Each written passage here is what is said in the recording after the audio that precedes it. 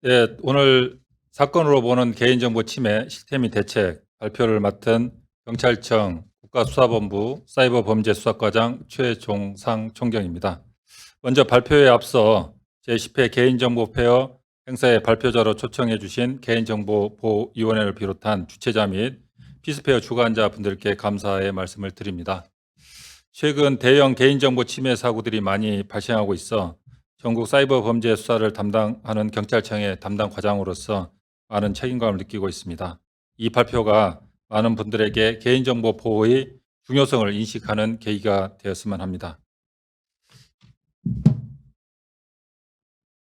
네, 우선 제 소개를 하겠습니다. 저는 경정 시절에는 서울 동작 서대문 마포 강서경찰서 형사과장으로 근무를 했었고, 종경 때는 충북 경찰청의 수사과장, 청주 청원경찰서장, 경찰청의 수사구조개혁팀장, 서울 동작경찰서장을 역임하고 2018년 8월부터 경찰청 사이버범죄수사과장으로 근무를 하고 있습니다. 오늘 발표 순서는 이렇습니다.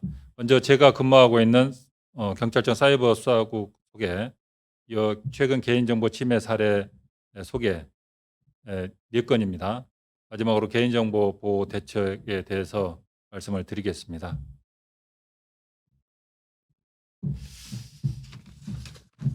네, 제가 근무하고 있는 사이버 수사국입니다.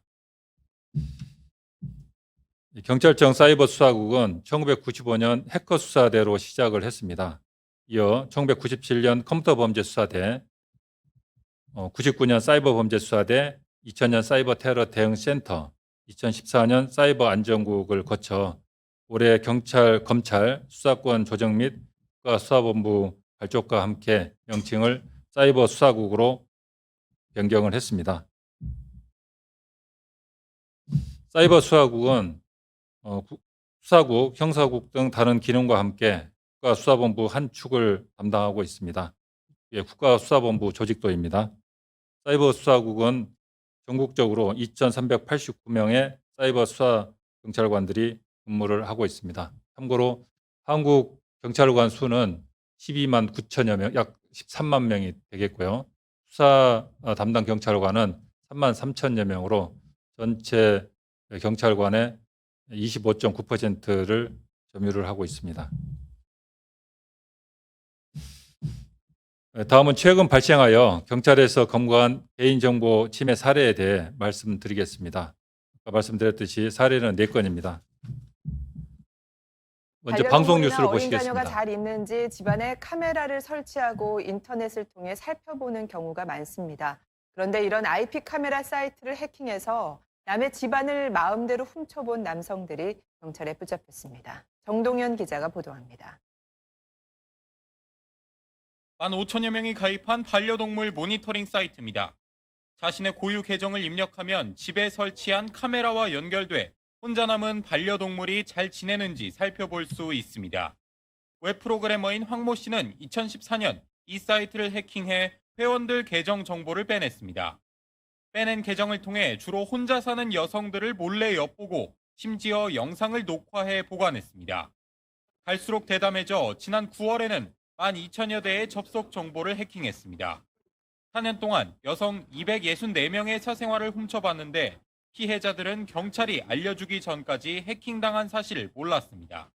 집에 있을 때 이렇게 옷 같은 거를 잘 갖고 입고 있지 않잖아요. 그걸 봤을 거라고 생각하니까 굉장히 불쾌하고. 33살 이모 씨 등 9명도 해킹 프로그램 등을 이용해 5,000대 가까운 남의 집 카메라를 훔쳐보다 경찰에 덜미를 잡혔습니다. 온라인에선 보안이 허술한 인터넷 카메라에 계정 정보가 돌고 있는 게 현실입니다. 패스워드 관리를 잘 하시는 게 가장 이제 좋은 방법 중에 하나고요. CCTV 보안 앱을 다운로드 받으셔서 사용하시는 게. 경찰은 황 씨 등 10명을 입건하고 저장한 영상을 유포했는지 수사하고 있습니다.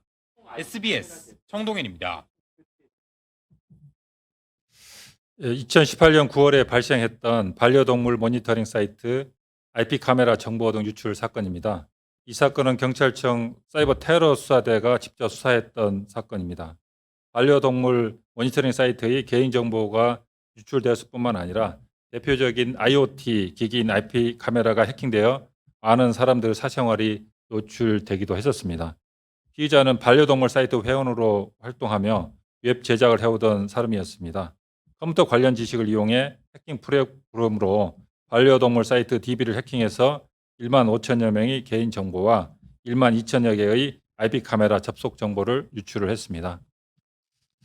그리고 IP 카메라 접속 정보를 이용해 264대에 무단으로 접속하고 타인의 은밀한 사생활을 훔쳐보면서 영상까지 저장을 했습니다. IP 카메라 등의 줌 기능 및 각도 조절 기능도 이용해가며 영상을 촬영했던 것으로 수사 결과 드러났습니다.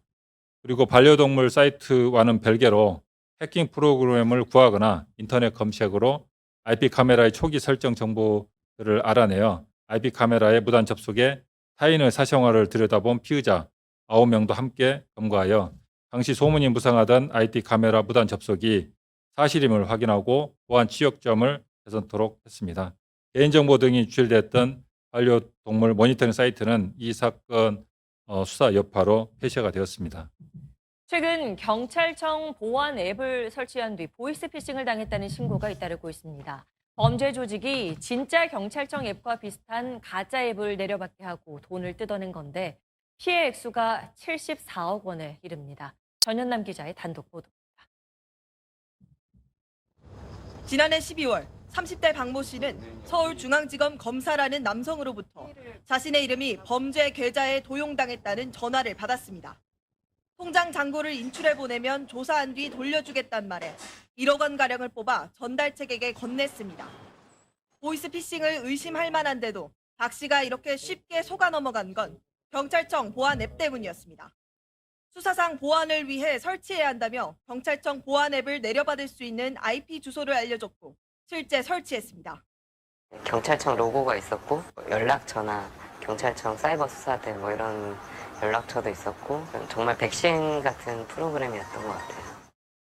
247가지 악성 앱을 탐지하는 경찰청의 폴 안티 스파이 앱과 똑같아 보였지만 피해자 신고를 차단하는 악성 앱이었던 겁니다. 피해자가 이 앱으로 경찰, 검찰, 은행 등에 전화를 걸면 해당 기관이 아닌 범행 조직 콜센터로 연결되도록 하는 방식입니다. 938명에게 유포됐는데 실제로 211명이 74억 원을 사기당했습니다. 경찰은 경찰청 앱뿐만 아니라 검찰청, 금감원을 포함한 금융기관 사칭 악성 앱을 만들어 배포한 일당도 함께 적발했습니다. 경찰은 악성 앱 프로그램 개발자를 포함해 보이스피싱 범행을 저지른 140여 명을 검거해 절반가량인 70여 명을 구속했습니다. 경찰은 범행에 가담한 인물들을 붙잡기 위해 계속해서 추적 수사 중에 있으며 앱을 다운로드 받을 땐 공식 스토어에서 받아야 한다며 당부했습니다. SBS 전연남입니다. 예, 잘 보셨습니까? 예, 2018년 10월부터 2019년 4월까지 경찰청 폴 안티 스파이 앱을 사칭해 개인정보를 탈취하고 이를 보이스피싱에 악용해서 211명으로부터 74억여 원, 1인당 평균 약 3,500만 원이 되겠습니다.를 편취한 사건인데요. 경찰청에서 직접 운영하는 그 폴 안티 스파이 앱을 사칭했기 때문에 경찰청의 사이버 테러 수사대에서 직접 수사에 착수했습니다. 방송에서는 화면 말미에 서울경찰청 진흥수사대가 나왔었는데요. 이 방송에서는 앞에 부분은 경찰청 테러수사대 집행했던 사건이고 뒷부분은 서울진흥수사대 했던 사건을 묶어서 방송한 것으로 이렇게 보입니다. 개인정보가 유출된 경위를 보면 보이스피싱 범죄 조직인 피의자들은 금감원 및 검찰 등을 사칭했습니다. 피의자들에게 접근해 전화로 접근합니다. 악성 프로그램을 삭제해주는 프로그램을 설치해 주겠다라고 하며 폴 안티 스파이 사칭 앱을 설치하는 URL이 포함된 문자를 피해자에게 보냅니다. 스미싱이죠. 피해자가 문자 URL을 터치하여 악성 앱을 설치하게 되면 스마트폰 내 연락처, 전화 목록, 메시지를 비롯하여 전화통화 음성 및 GPS 정보까지 실시간으로 탈취하게 됩니다.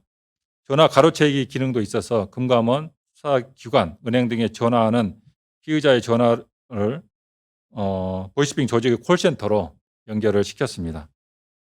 피의자들은 악성 앱의 전화 가로채기를 통해 보이스피싱 콜센터로 전화가 걸려오면 미리 가로챈 개인정보 등을 이용해 피해자를 속여 계좌이체 등을 유도를 했습니다.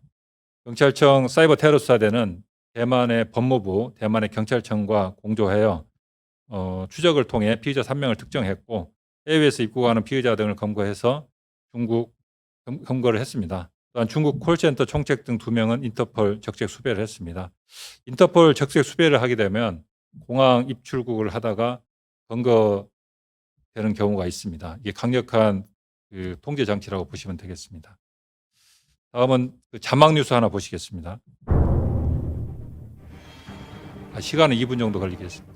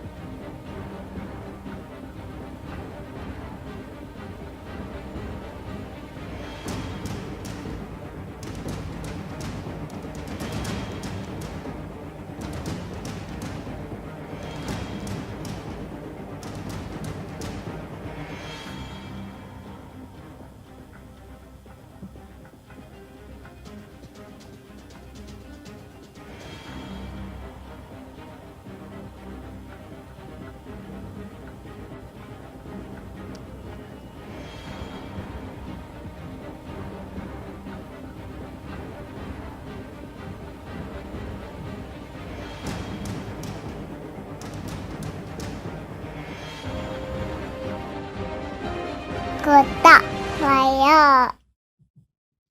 네, 작년에 발생해서 충남경찰청 사이버 수사대에서 수사했던 코로나19 가짜 출입 명부 데이터베이스 판매 사건입니다. 피의자는 텔레그램을 통해서 코로나19로 인해 작성된 출입 명부라고 속이고 개인정보 한 건당 10에서 20원을 받고 700만 건 이상의 개인정보를 판매해서 1억 4,500만 원 상당의 부당 이득을 취득했습니다. 수사 결과 피의자는 해킹 등을 통해 코로나19 출입 명부를 획득한 것이 아니라 19년도부터 불상자들로부터 취득했던 개인정보 성명과 전화번호만 나왔습니다. 여기에 체온 정보를 임의로 가공해 넣고 이걸 코로나19 출입 명부라고 속여 판매한 것으로 드러났습니다. 피의자는 코로나19 출입 명부라고 속인 이유로 아까 자막에서 나왔듯이 잘 팔릴 것 같아서였다고 진술을 했었습니다. 경찰은 개인정보를 판매를 한 피의자를 추적해서 검거 후 구속 송치하였습니다. 다시 방송 뉴스 한 건 보시겠습니다. 가족이나 지인한테서 급하게 무슨 앱을 깔아달라거나 돈 좀 보내달라는 문자 메시지를 받으시면 꼭 전화를 걸어서 확인해 보시기 바랍니다. 이런 식으로 속여서 4억 원대 돈을 뜯어낸 조직원들이 경찰에 붙잡혔습니다. 임지수 기자입니다. 현금 인출기에서 돈다발을 꺼내 사라지는 20대 여성, 길거리에서 돈가방을 넘겨주는 40대 남성, 모두 한 통속입니다. 이들은 문자나 카카오톡 등으로 가족이나 지인이라 속여 돈을 뜯어냈습니다. 이른바 메신저 피싱 범죄 일당입니다. 지난 4월 A씨가 딸을 사칭한 이들로부터 받은 문자입니다. 휴대폰 액정이 깨져 온라인 결제를 해야 하는데 링크를 눌러 앱 좀 깔아달라고 합니다. 사실은 원격 제어 앱이었습니다. 피해자의 스마트폰을 지배할 수 있는 원격 제어 앱을 설치하다 보니까 피해자들의 남은 잔해까지 몽땅 이체해버리는 계좌와 비밀번호, 신분증까지 받아내 3천만 원을 빼냈습니다. 이들은 메신저 피싱 등으로 A씨 같은 피해자 12명으로부터 4억 7천만 원대를 가로챘습니다. 이 돈은 세탁을 거쳐 중국에 있는 총책에게 흘러갔습니다. 경찰은 입금 계좌를 분석해 인출책과 환전책, 국내 총책 등 8명을 붙잡아 6명을 구속했습니다. 지인이나 가족이 돈을 요구하는 메시지를 보내면 음성 통화 등으로 꼭 확인하라고 경찰은 당부했습니다. JTBC 임지수입니다. 네, 올해입니다. 6월 자녀 사칭 문자로 개인정보를 탈취하고 피해자 스마트폰에 원격 제어 앱을 설치한 후 무단 계좌 이체 등을 통해 12명으로부터 4억 7천여만 원을 편취한 메신저 피싱 사건입니다. 이 건은 개인정보와 금융정보를 함께 탈취했는데요. 탈취 경위를 보면 먼저 주로 자녀를 사칭한 문자를 보내서 피해자가 반응을 보이면 은행 계좌번호, 비밀번호, 신분증 사진 등을 보내도록 유도하고 그 뒤에 스마트폰을 원격 제어할 수 있는 악성 앱을 설치하도록 합니다. 팀뷰어 앱이라고 하죠. 주로 원격 제어 앱을 잘 알지 못하고 자녀들이 있는 50대 이상에서 피해가 많이 발생을 했는데요. 일단 원격 제어 앱이 설치가 되면 피해자 스마트폰을 오랜 시간 원격 제어하면서 피해자 명의 계좌 잔액 이체부터 피해자 명의 신규 계좌 개설, 신규 제출 등을 하고 소액 결제, 피해자 명의 휴대전화 개통 등 스마트폰으로 가능한 대부분의 범행을 저질렀습니다. 최근에 도입된 오픈 뱅킹 기능으로 피해가 더 크게 발생한 경우도 있었습니다. 이 사건은 피해자가 12명으로 4억 7천여만 원의 재산 피해가 발생해서 1인당 평균 3,900만 원의 피해가 발생을 했는데요. 앞서 소개했던 폴 안티스파이 앱 사건보다 평균 피해액이 더 큽니다. 앞서 사건과 가장 큰 차이점은 보이스피싱 사건이 피해자에게 계좌 이체 등을 유도했던 반면에 이 건은 탈취한 개인정보와 스마트폰 제어권을 이용해서 범인들이 직접 계좌 이체 등을 주도하며 신규 대출, 휴대전화 개통 등 다양한 피해를 발생시켰다는 점입니다. 경찰은 메신저 피싱 조직 추적해서 국내 총책 등 8명을 검거해 6명을 구속을 했고요. 중국 총책 등에 대해서는 수사를 확대해 가고 있습니다. 이 사건은 서버 해킹 등 통상적인 개인정보 유출 사건은 아니지만 개인정보 유출과 기업들의 서비스가 집중된 개인 단말기인 스마트폰의 해킹이 결합될 경우 얼마나 큰 피해를 야기할 수 있는지 보여주는 사례라고 할 것입니다. 기업뿐만 아니라 개인들의 개인정보 보호 의식의 중요성 또한 일깨워 준 사례입니다. 지금까지 소개했던 사례들뿐 아니라 경찰은 현재 다양한 개인정보 사건을 수사하고 있고 다수의 피의자들을 검거해 나가고 있습니다. 다음은 개인정보 보호를 위한 대책입니다. 최근 사례 및 경찰, 개인정보보호위원회 등의 자료를 통해 시사점 살펴보고 이에 따른 대책을 말씀드리겠습니다. 먼저 사건 수사를 통해 본 시사점입니다. 사건 사고의 일상화입니다. 잦은 유출 사고가 발생을 하고 있습니다. 개인정보 침해 사고는 일상에서 쉽게 접할 수 있을 정도로 일어납니다. 올해 국내외에서 발생한 개인정보 침해 사고 중 언론 기사 제목만 늘어놓아도 PPT 한 페이지 꽉 찰 정도입니다. 그리고 사고는 언론에서 보도하는 대형 개인정보 침해 사고뿐만이 아닙니다. 인터넷을 이용하는 사람들 중 많은 사람들이 내 아이디, 비밀번호를 다른 사람이 접속해서 문제가 생겼던 경험이 있을 것입니다. 우리 주변에서 매일 발생하는 불법 스팸도 개인정보 침해로 인한 2차 피해의 일종으로 볼 수 있습니다. 다음은 안일한 대응입니다. 2020년 국정감사 때 개인정보보호위원회에서 제출된 자료를 보면 2016년부터 2020년 9월까지 유출된 개인정보는 6,400만 건에 달합니다. 공식적으로 집계된 정보가 이 정도이니까 신고되지 않는 것까지 합치면 더 많을 것으로 보입니다. 이렇듯 개인정보 유출 사고가 일상화되다 보니 사람들 또한 안이하게 대응을 하고 있습니다. 2020년 개인정보 실태 조사에 따르면 지난 1년간 개인정보 침해를 경험했던 조사자 중 경험했던 사람 조사하니까 약 50.6%가 경험했다고 하고요. 이 중 어떠한 대응도 하지 않은 사람이 30.7%에 달했다고 합니다.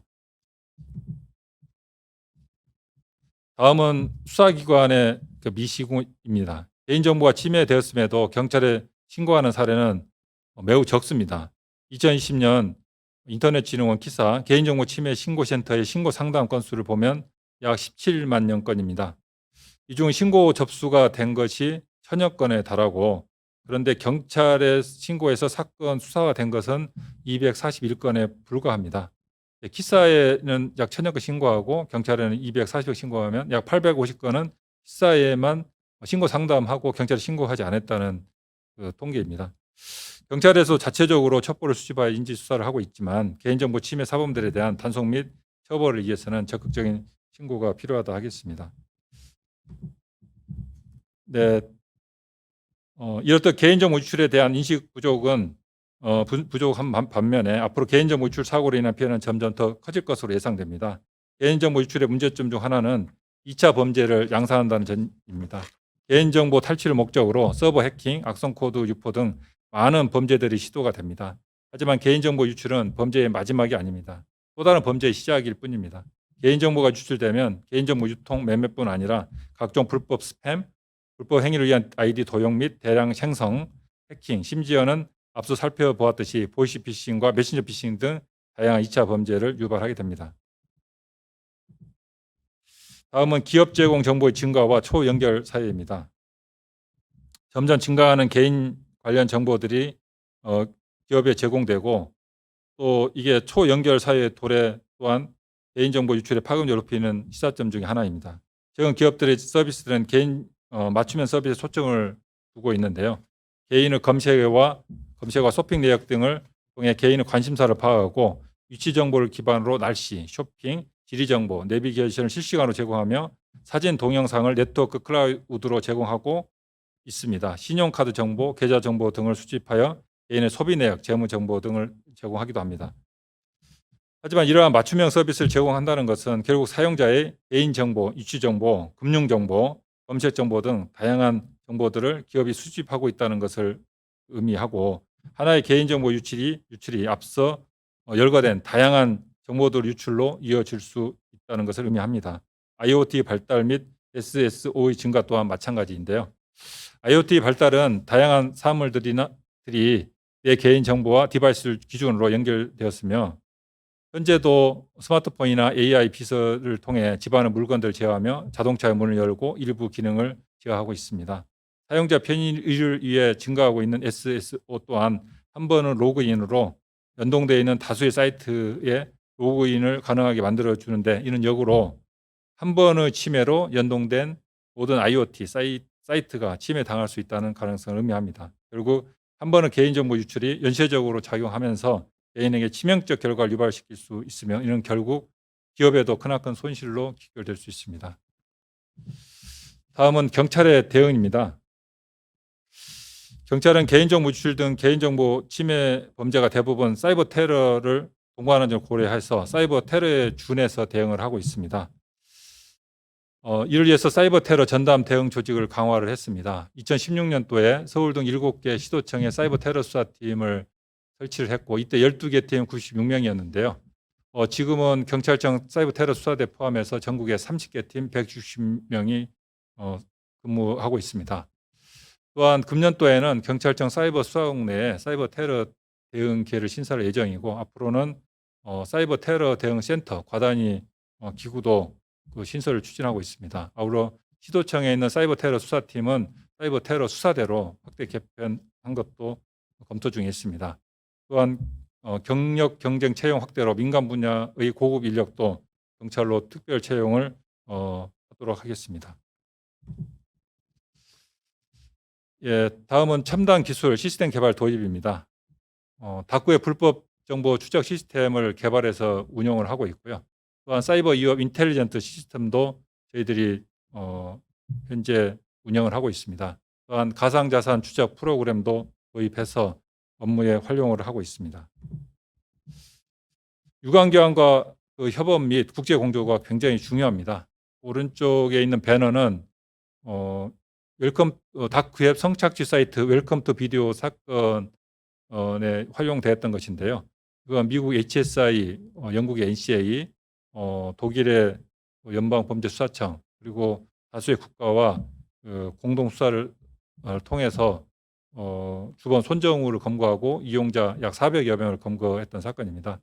경찰청은 과기부, 개인정보보호위원회, 기사 등 유관기관과 유기적인 협력 체계를 구축하고 있고 개인정보 침해 사고가 발생했을 때는 합동조사를 실시하고 있습니다.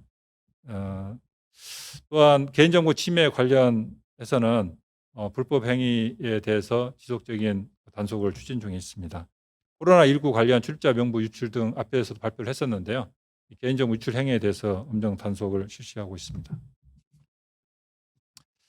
예, 마지막으로 그 당부 사항입니다. 먼저 개인 정보 주체인 개인의 그 유의 사항입니다. 모든 범죄가 그렇듯 한 번 발생한 피해는 쉽게 회복되지 않습니다. 특히 사이버 범죄는 빠른 전파성으로 인해 회복이 더 어렵습니다. 결국 최선의 대책은 예방이므로 방청자 부득께서는 몇 가지 이 사항을 좀 숙지해 주시기 바랍니다. 정보 주체인 개인의 확고한 개인정보 보호의식이 무엇보다도 중요합니다. 먼저 비밀번호 관리에 대해서는 다시 한번 살펴봐 주시고요. OTP를 사용해서 2단 인증도 해주시기 바랍니다. 좀 귀찮지만은 이게 사고 예방의 가장 핵심인 것으로 저는 생각하고 있습니다. 불법 사이트 이용 금지라든지 또는 정품 프로그램을 사용한다든지 이런 부분도 좀 신경을 써주시고 그 스미싱으로 날라오는 문자 있었습니까? 의심스러운 문자 절대 클릭해서도 안 되고요. 또 잘 모르는 사람이 보내는 이메일도 절대 눌러서는 안 되겠습니다. 요새 랜섬웨어까지 첨부해서 이메일로 보내는 경우가 많습니다. 또 메신저 피싱 같은 경우에는 가족을 사칭하고 있는데요. 일단 개인정보를 요구할 때는 의심을 해주시기 바랍니다. 네, 또한 그 개인정보 침해 인지 시에는 반드시 사후 조치 및 이를 통해서 2차 피해 방지를 해야 되겠습니다. 개인정보 아이디 등 유출될 경우에는 내 계정 접속 IP를 좀 확인하고요. 비밀번호 변경하고 앞에도 말씀드렸듯이 또 그 필요한 조치를 하고요. 개인정보 침해 신고를 해주시기 바랍니다. 그리고 경찰에서 운영하는 그 사이버 범죄 신고 시스템 ECRM이 있습니다. 이 시스템을 통해서 할 경우에는 좀 편리하게 온라인으로 신고가 가능합니다. 예, 마지막으로는 그 개인정보 처리자는 기업에 대한 그 당부 사항입니다. 개인정보 보호를 전담하는 그 부서를 운영하고 있을 겁니다. 이에 대해서 좀 더 실질적인 보완이 될 수 있도록 충분한 인력과 예산을 확보해 주시고요. 개인정보 관리란 개인정보 처리 방침 및 내부 관리 계획도 수립을 강화해 주시기 바랍니다. 개인정보 암호화 및 보안을 위한 접근 권한 설정에 있어서도 면밀하게 살펴봐 주시고요. 침해 방지를 위한 방화벽, 탐지 장비 운영도 또 최신 IT 인증된 시스템 구비 등도 같이 해주시기 바랍니다. 또한 개인정보 침해 사고 시에는 신속하게 피해 내역을 확인해서 신고를 해주시고 정보 주체에게 유출 사실도 통지해 주시기 바랍니다. 네, 저의 발표는 여기까지입니다. 경찰은 앞으로도 개인정보보호위원회 및 인터넷진흥원 등 유관기관과 면밀히 협조하여 개인정보 사고 방지를 위해 방지와 수사에 최선을 다하겠습니다. 경청해 주셔서 감사합니다.